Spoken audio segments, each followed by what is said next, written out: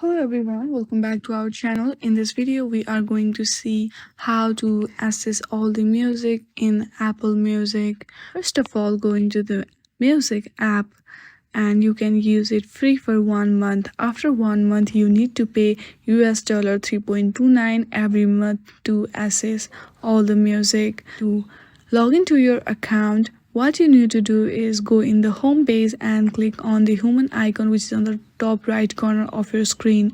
Then you can use your credential to create an account. The other option you can do is go to your settings, scroll down and search for the music, and then scroll down. There you will see sign in which you will be sign in by your Apple ID which you have logged in this device.